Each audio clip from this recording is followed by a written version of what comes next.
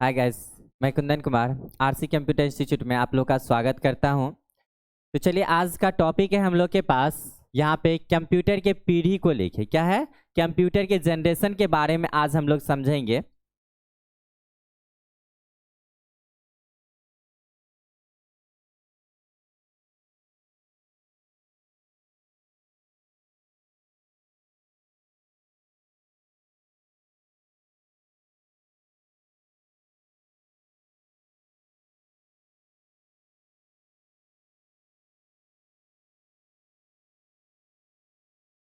तो चलिए, आज हम लोग समझने वाले हैं। यहाँ पे कह रहा है कंप्यूटर के पीढ़ियों को लेके, क्या बोल रहा है, कंप्यूटर के पीढ़ियों को लेके, कंप्यूटर के जनरेशन के बारे में आज हम लोग समझेंगे। तो सबसे पहले ये देखना है कि अगर आपको कोई कहता है कोई कंप्यूटर की पीढ़ी को लिखने के लिए, तो सबसे पहला पॉइंट तो ये हो जाता है कि कंप्यूटर की पीढ़ी में आखिर ऐसे कौन कौन से पॉइंट लिखा जाए, ठीक है ना। तो उस पॉइंट के बारे में पहले हम लोग बात करते हैं।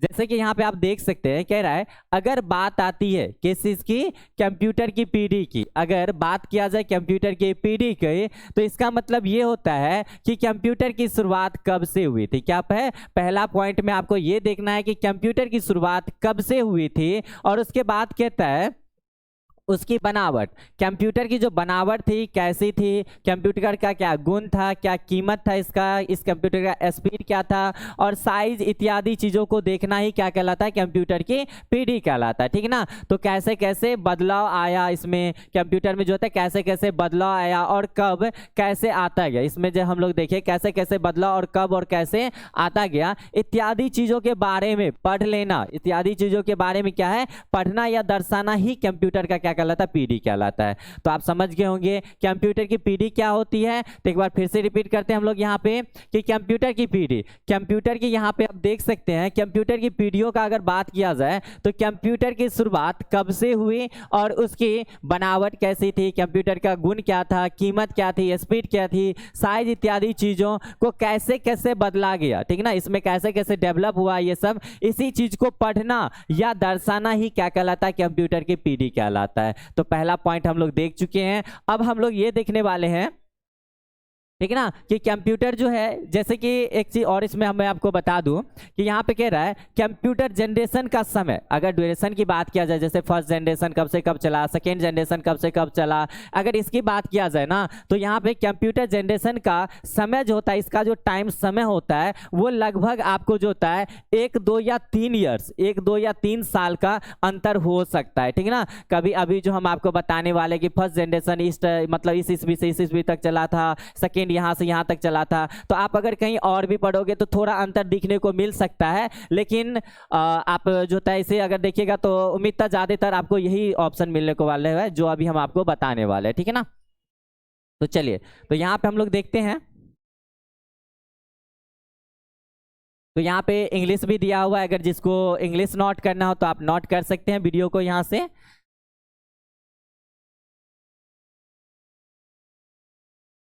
चलिए, तो यहाँ पे हम लोग सबसे पहले बात करते हैं फर्स्ट जनरेशन पे, ठीक है ना। तो जनरेशन में वैसे आपको पता होगा कि कंप्यूटर के कितने जनरेशन है, 5 जनरेशन है यहाँ पे, जिसमें कि प्रथम जनरेशन यहाँ पे जो होता है प्रथम पीढ़ी के बारे में हम लोग बात करने वाले हैं यहाँ पे।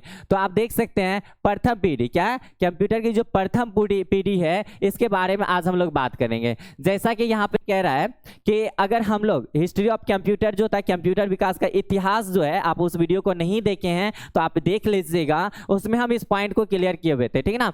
तो विकास, जो कंप्यूटर का विकास जो हुआ था उसी टाइम में हिस्ट्री ऑफ जनरेशन यहाँ पे जो था जनरेशन स्टार्ट हो गया था।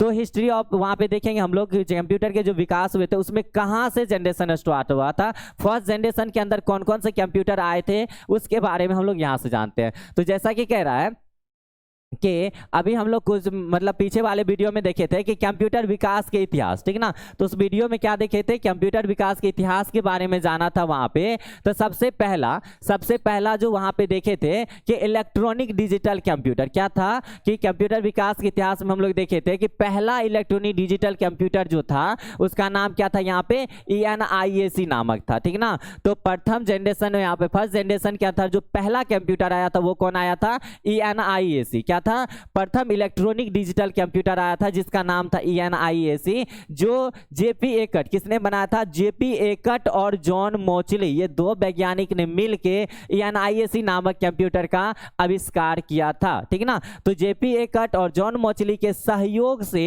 1946 में कब बनाया गया था, 1946 में तैयार किया गया था, किस चीज को, तो ENIAC नामक एक जो था यंत्र को, ये एक यंत्र था जो कौन सा था, इलेक्ट्रॉनिक डिजिटल कंप्यूटर के नाम से इसे जाना जाता है, ठीक है ना।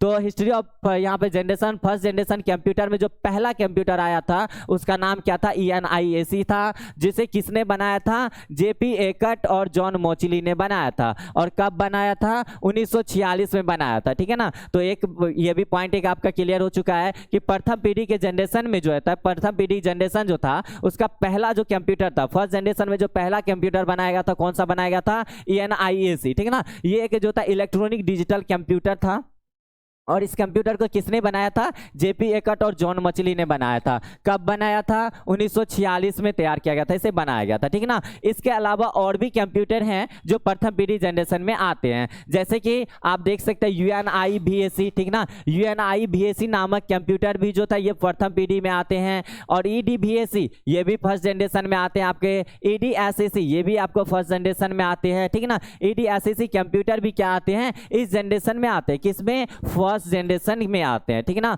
और फर्स्ट जनरेशन की बात किया जाए तो फर्स्ट जनरेशन का कंप्यूटर 1946 से, कहां से चला था, 1946 से लेके 1956 तक ये कंप्यूटर चला था, ठीक है ना। तो एक बार फिर से हम लोग देखते हैं यहाँ पे, तो प्रथम पीढ़ी का जो कंप्यूटर था तो उसमें पहला जो कंप्यूटर था वो क्या था, इलेक्ट्रॉनिक डिजिटल कंप्यूटर। उस इलेक्ट्रॉनिक डिजिटल कंप्यूटर का नाम क्या था, ENIAC था। इसे किसने बनाया था, जेपी एकट और जॉन मोचली ने बनाया था, ठीक है ना। कब बनाया गया था इसे, तो 1946 में बनाया था। और इसके अंदर कौन कौन से कंप्यूटर शामिल थे, तो आप तो एक देख चुके हैं कि पहला कंप्यूटर कौन सा इलेक्ट्रॉनिक डिजिटल कंप्यूटर था जिसका नाम था ENIAC, और नेक्स्ट दूसरा था UNIVAC, तीसरा था EDVAC, चौथा था EDSAC, ठीक है ना। ये सभी कंप्यूटर फर्स्ट जनरेशन कंप्यूटर के अंतर्गत आते हैं, ठीक है ना।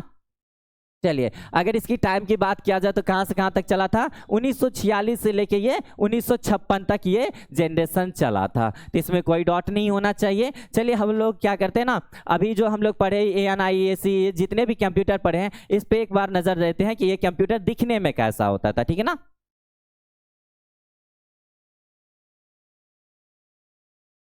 तो ये रहा वो सभी कंप्यूटर 4 का 4, जिसमें कि आप पहला जो देख रहे हैं, ये जो पहला ये जो कंप्यूटर आप देख रहे हैं यही आपका इलेक्ट्रॉनिक डिजिटल कंप्यूटर, और इसका नाम जो है ना, इसका नाम क्या था, ENIAC। क्या नाम है इसका, यहाँ पे आप देख सकते हैं ENIAC, ये ENIAC नामक कंप्यूटर है। और नेक्स्ट आप देख सकते हैं इसका नाम है UNIVAC, ठीक ना, इसका नाम है UNIVAC। इसका नाम आप देख सकते हैं EDSAC, इसका नाम हो जाएगा EDVAC होगा, ठीक है ना, EDVAC, ठीक है ना, EDVAC हो गया। इसका नाम हो जाएगा आपको EDSAC, ठीक है ना। तो ये सारे कंप्यूटर के बारे में हम जो है हिस्ट्री ऑफ कंप्यूटर में पढ़ा चुके हैं, वहाँ पे इसकी पूरी डिटेल हम आपको बता चुके हैं, ठीक है ना। तो अगर आप नहीं देखे हैं वो वीडियो तो आप वीडियो देख लीजिएगा, ठीक है। तो चलिए आगे हम लोग बात करते हैं सेकेंड जनरेशन पे, ठीक है ना।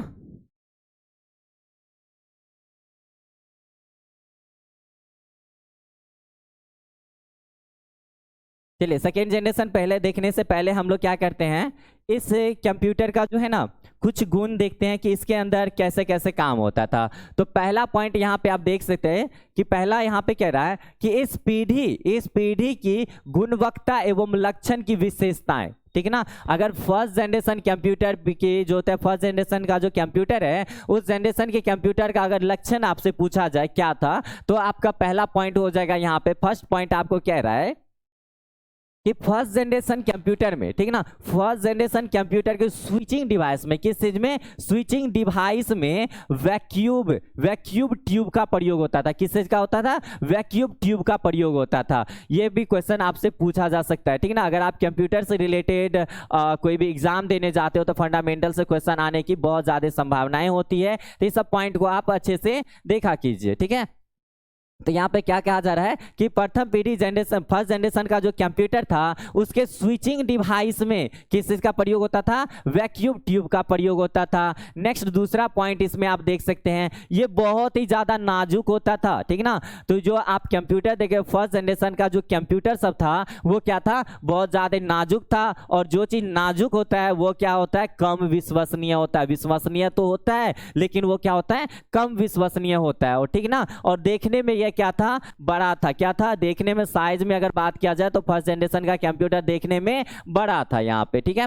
चलिए तीसरा पॉइंट पे हम लोग आते हैं यहाँ पे। तो यहाँ पे कहता है कि इसमें बहुत ज्यादा एयर कंडक्टरों का प्रयोग होता था, ठीक ना। फर्स्ट जनरेशन कंप्यूटर में किस चीज का प्रयोग किया जाता था, एयर कंडक्टरों का प्रयोग किया जाता था। और चौथा पॉइंट आप देख सकते हैं संग्रहण के लिए, किस चीज के लिए, संग्रहण। संग्रहण का मतलब यहाँ पर हो जाएगा स्टोरेज के लिए। स्टोरेज के लिए किस चीज का प्रयोग होता था, मैग्नेटिक ड्रम का प्रयोग किया जाता था, ठीक ना। जैसे कि हम लोग को अगर मान लीजिए फर्स्ट जनरेशन कंप्यूटर में कोई चीज स्टोर करना होता था तो किस चीज में स्टोर करते थे, मैग्नेटिक ड्रम में का प्रयोग करके हम लोग स्टोर करते थे उसमें, ठीक है। और इसकी जो कीमत, इसकी जो स्पीड होती थी ना, इस कंप्यूटर की स्पीड बहुत कम होती थी। क्या होती थी, इस कंप्यूटर की स्पीड धीमी चलती थी, ठीक ना, क्योंकि ये साइज में भी बड़ा था और ये क्या था, नाजुक कंप्यूटर था और अविश्वसनीय था, ठीक है ना। तो इसकी स्पीड भी क्या थी, मंद ही थी, ठीक है ना।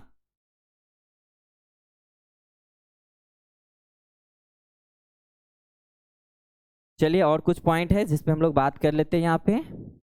चलिए तो उसके बाद हम लोग देख रहे हैं यहाँ पे इस कंप्यूटर में, ठीक ना, प्रथम पीढ़ी का जो फर्स्ट जनरेशन का जो कंप्यूटर था इसमें किस चीज का भाषा में, इसमें जो था मशीनी भाषाओं का यूज किया जाता था। किसमें, प्रथम पीढ़ी के जनरेशन में मशीनी भाषाओं का क्या होता था, प्रयोग किया जाता था, मशीनी लैंग्वेज का प्रयोग किया जाता था, ठीक ना।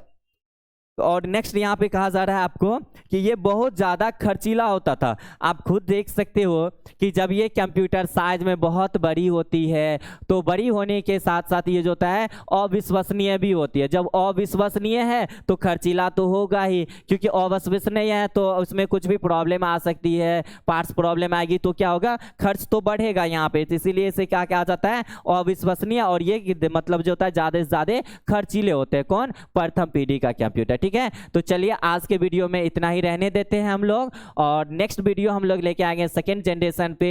तो फिलहाल अगर आप लोग को ये वीडियो अच्छा लगता हो तो ज़्यादा कुछ मेहनत लगती है बनाने में, तो प्लीज़ इसे लाइक, सब्सक्राइब और बेल आइकन को दबाना ना भूलें। बाय। पता